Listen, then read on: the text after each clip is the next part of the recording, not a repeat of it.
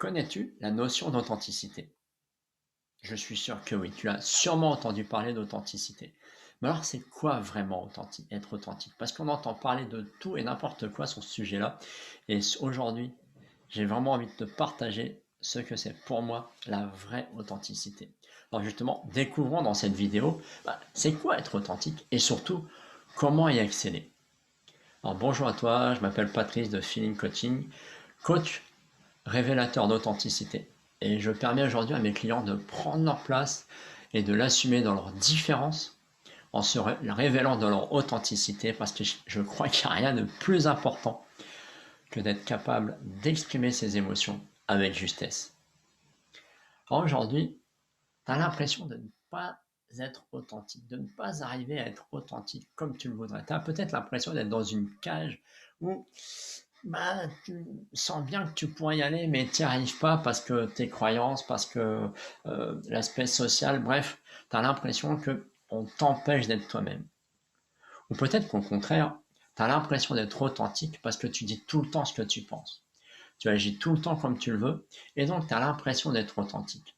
Mais alors, c'est quoi être authentique? Mais avant ça, laisse-moi te partager une histoire.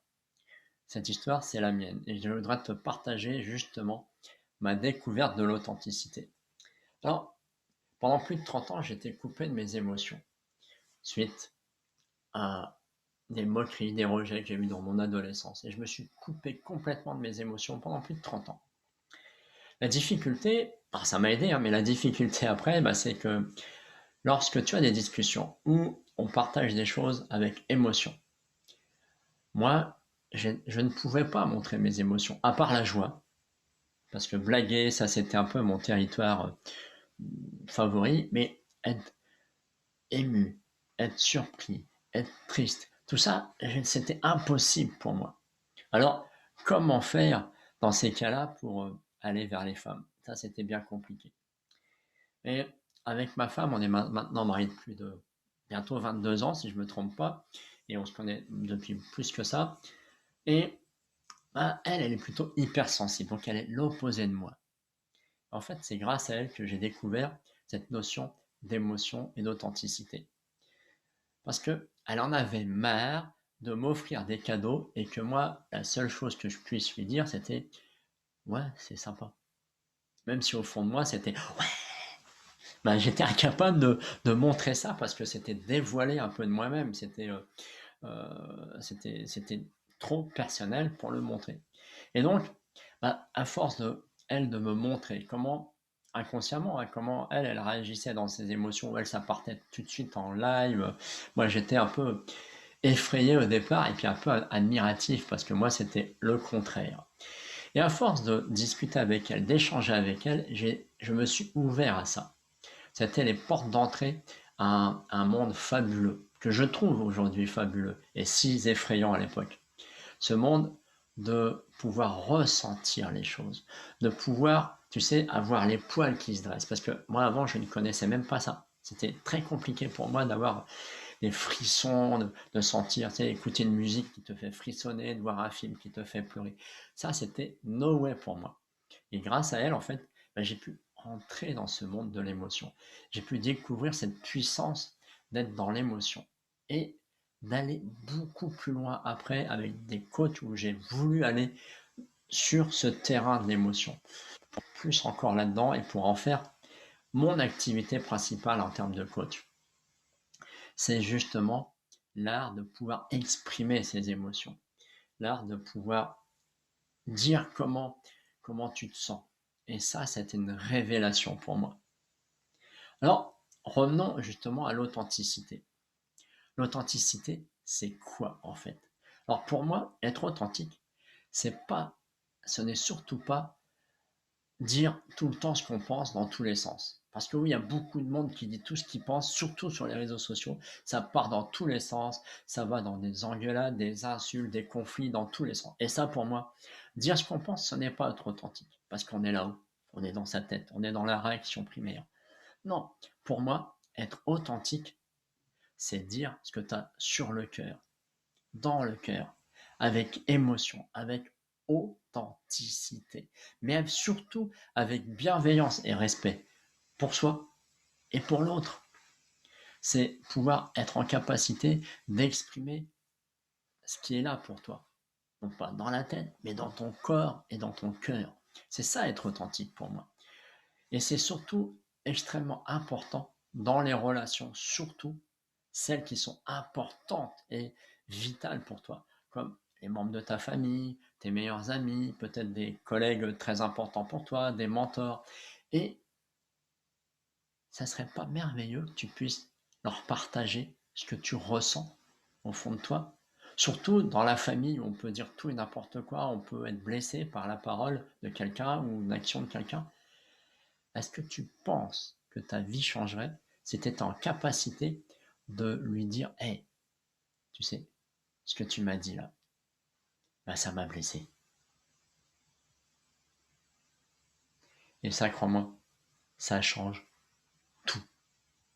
Et la première clé sur les 3 que je voudrais te partager aujourd'hui, ben c'est justement la première, si tu ne sais pas aujourd'hui aller dans tes émotions, et ben c'est apprends à te reconnecter à tes émotions.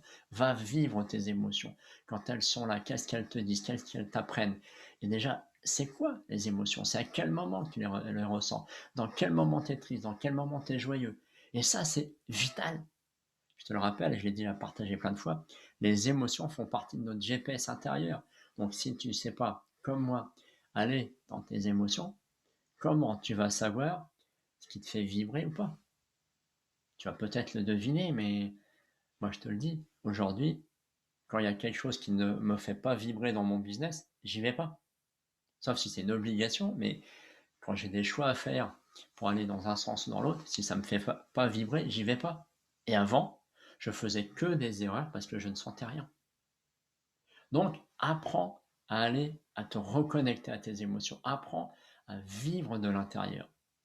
Et la deuxième clé, bah, c'est apprends à partager ça. Pourquoi le garder pour toi? Avec tes proches déjà, avec peut-être la personne à qui tu as le plus confiance, peut-être ton conjoint, ta conjointe, ton meilleur ami, ta meilleure amie. Bref, quelqu'un qui expérimente ça. Quand il y a quelque chose qui te blesse, par rapport à ce qu'elle fait, par rapport à ce qu'elle a dit, eh ben, on peut être déclenché dans une émotion. Et avec la maladresse du débutant, apprends, dis-lui ce que tu ressens. Dis-lui, là, par rapport à ce que tu m'as partagé, par rapport à ce que tu as fait, par rapport à ça, ben, j'ai été vexé. Je me suis, j'ai été frustré, je me suis senti humilié. Est-ce qu'on peut en parler? Ouais, je sais. Apprendre, enfin, dire ça, ça paraît complètement euh, impensable, irréalisable. Et en fait, ça se fait, ça s'apprend. Et quand tu y arrives, c'est ultra puissant. Donc vraiment, une fois que tu as cette capacité d'aller dans tes émotions, de les ressentir, partage-les. Ça, c'est vital en fait pour moi. Et enfin, bah, c'est aussi de, quand tu fais ça, c'est de d'attendre la réponse, un peu voir comment ça va se passer, et de remercier la personne de t'avoir écouté. Bah oui, parce qu'elle pourrait très bien dire je m'en fous. Mais non, remercie la personne. Dis-lui merci. Peu importe la réponse qu'elle t'a donnée derrière, c'est l'idée, la première idée quand tu partages une émotion, c'est pas que l'autre se justifie, non, c'est simplement que toi, tu lui partages déjà comment tu t'es senti et peut-être après derrière, si la relation est importante pour vous deux, bah, qu'est-ce que vous pouvez mettre en place pour sécuriser cette relation-là et que cette situation-là ne se reproduise plus de la même façon. Tu vois, et ça, c'est vraiment le truc super puissant. Donc, tout d'abord, reconnecte-toi à tes émotions. Une fois que tu y arrives, partage ce que tu ressens. Et enfin, remercie la personne qui t'a écouté aller dans tes émotions parce que c'était pour toi peut-être un moment de dépassement de soi, c'est un moment où tu allais dans ta peur du regard de l'autre. Et donc, remercie-la simplement de t'avoir écouté. Et je vais même te révéler une quatrième clé. C'est remercie-toi après d'avoir réussi ça. Va dans cette gratitude d'avoir kiffé après coup, d'avoir réussi ce moment de dépassement où tu étais dans ta peur du regard des autres. Parce que je sais que c'est extrêmement difficile à y aller. Mais quand tu y vas, c'est super puissant. Ok? Alors, avant d'aller plus loin, pour être sûr de ne pas rater les prochaines vidéos, abonne-toi à ma chaîne et clique sur la petite cloche pour avoir les alertes. Enfin, si tu as aimé cette première vidéo sur l'authenticité, il y en aura d'autres plus précises, plus profondes. Bah, like-la pour la rendre visible sur YouTube et partage-la à des personnes. Si tu as justement des relations importantes pour toi qui sont dans ce genre de schéma, partage, tu verras, ça peut les aider à prendre conscience.